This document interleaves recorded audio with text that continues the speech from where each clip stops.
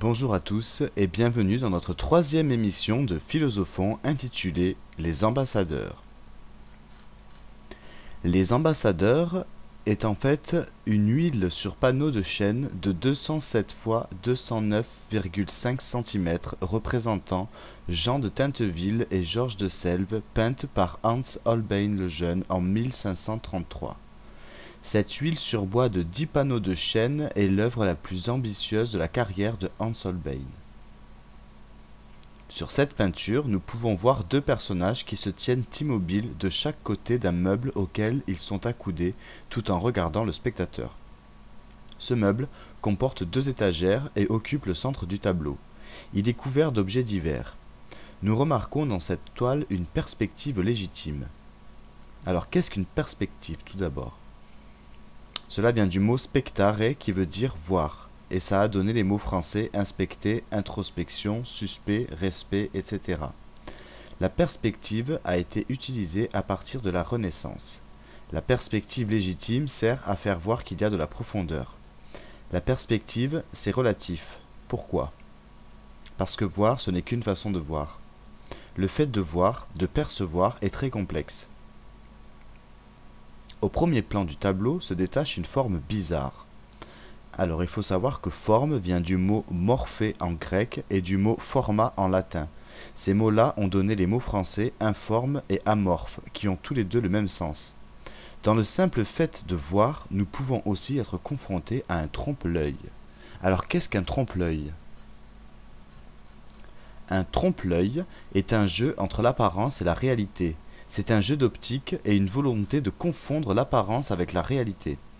La peinture représente en fait à gauche Jean de Tinteville, ambassadeur de France en Angleterre, et à droite son ami Georges de Selve, évêque de Lavaur. L'homme de gauche, Jean de Tinteville, est ambassadeur de France nommé par François Ier à Londres pour obtenir le soutien de Henri VIII contre l'Empire. Il doit son allure imposante à l'épaisse pelisse doublée d'hermine qu'il porte sur une chemise de soie rouge et à sa médaille de l'ordre de Saint-Michel. Son manteau est court car il est ambassadeur de robe courte, détenteur de pouvoir politique. Il tient un poignard dans sa main droite sur lequel est inscrit son âge, 29 ans. C'est à l'occasion des fêtes de Pâques de 1533 qu'il invite son ami Georges de Selve à Londres. Lors de cette rencontre, Holbein est là pour peindre cette scène, ou plutôt cette mise en scène. Georges de Selve, lui, a 25 ans. Il est évêque dans le Tarn à Lavaur. Il est ambassadeur de robe longue, détenteur de pouvoir religieux, et habillé plus sobrement de sombre. Les deux amis et ambassadeurs ne se regardent pas et se contentent de poser sérieusement, imbus de leur importance sociale et intellectuelle qu'ils sont désireux de montrer grâce au décor soigneusement choisi et disposé autour d'eux. Nous pouvons remarquer que ces deux hommes-là sont des érudits, des hommes de la Renaissance grâce à la présence d'objets représentant toutes les matières du quadrivium de l'éducation humaniste, l'arithmétique, la géométrie, la musique et l'astronomie. On peut donc voir une sphère céleste, une horloge solaire cylindrique, un cadran blanc placé derrière un autre cadran, un cadran solaire polyédrique, un globe terrestre, une équerre et d'autres objets.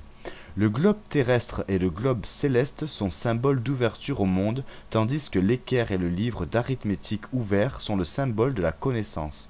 L'arrière-plan est occupé par un rideau de velours vert sur lequel on peut voir à l'extrême bord gauche du tableau un crucifix.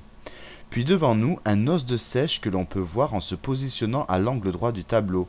Il s'agit en fait d'un crâne peint selon la technique d'anamorphose, c'est-à-dire une projection allongée d'une forme en elle-même. Ce crâne symbolise la vanité. La vanité est une qualification morale, c'est une caractéristique psychologique désignée globalement négativement.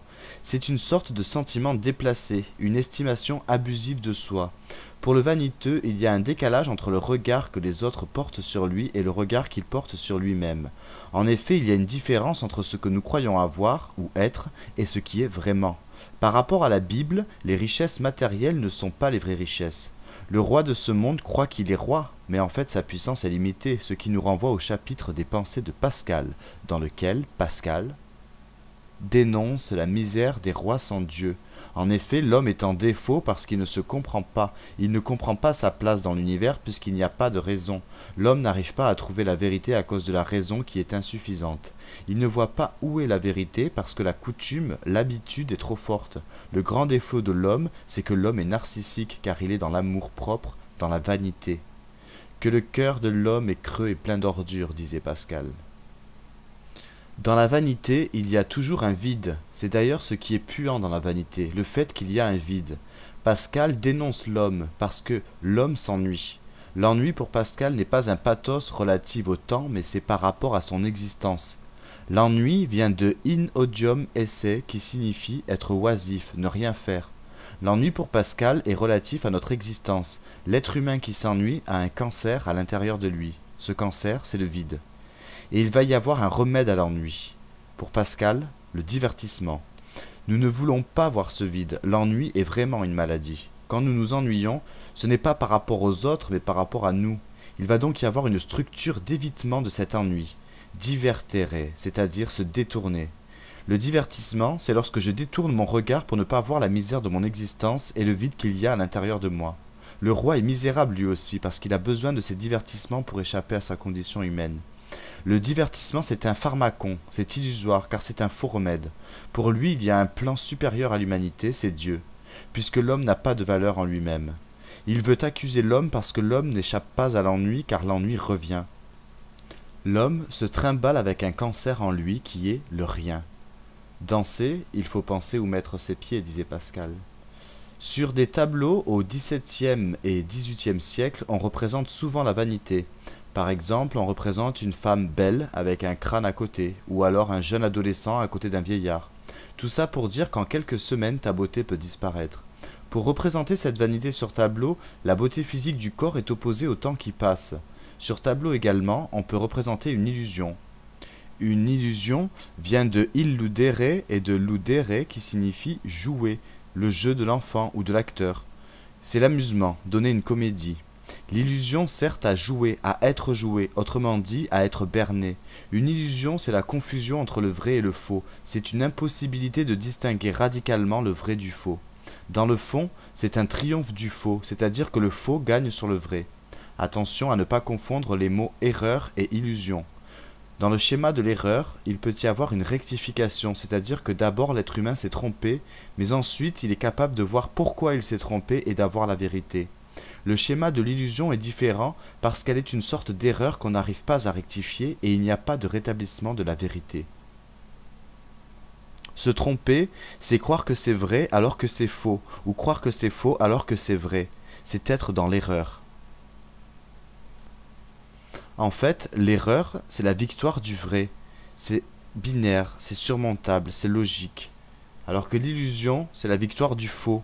C'est ambivalent, elle est une erreur qui survit à sa réfutation, et elle est psychologique. Donc en fait, l'erreur est la victoire du vrai, alors que l'illusion, c'est la victoire du faux. L'erreur est binaire, alors que l'illusion, c'est ambivalent.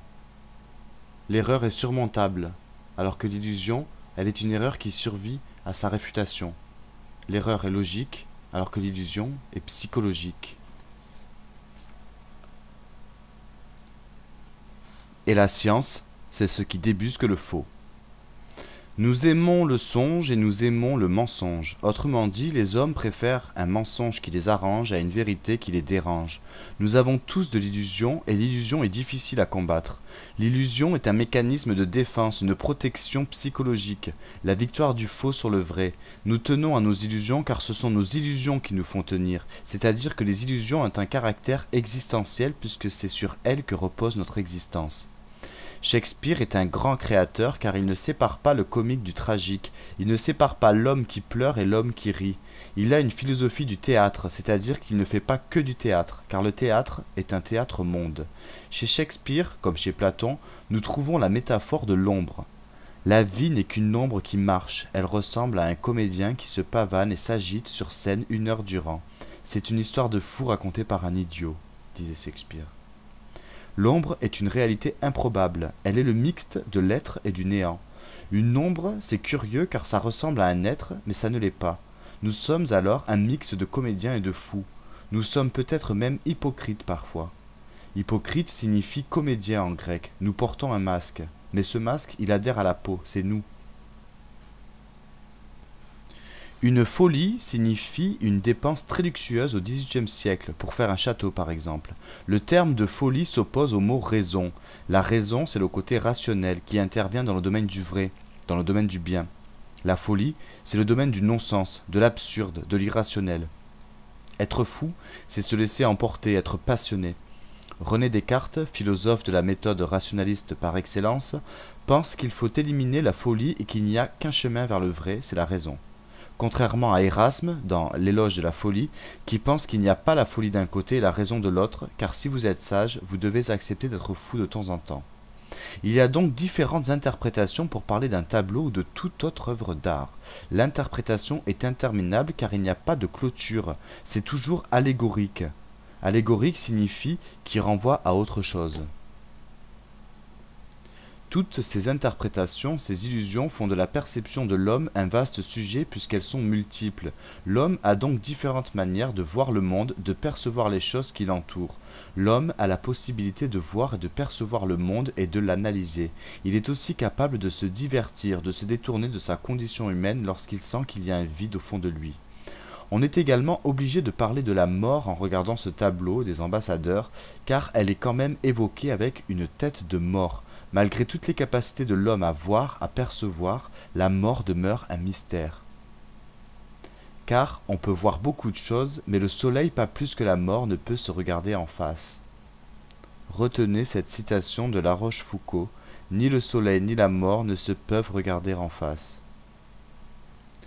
Maintenant que nous avons bien présenté le tableau des ambassadeurs, il est évident que nous devons parler d'un terme très important et d'une notion importante en philosophie, celle de la perception. Vous allez donc voir des images en relation avec la perception, à vous de les analyser et de bien les regarder. Puis nous enchaînerons ensuite avec des images concernant les ambassadeurs.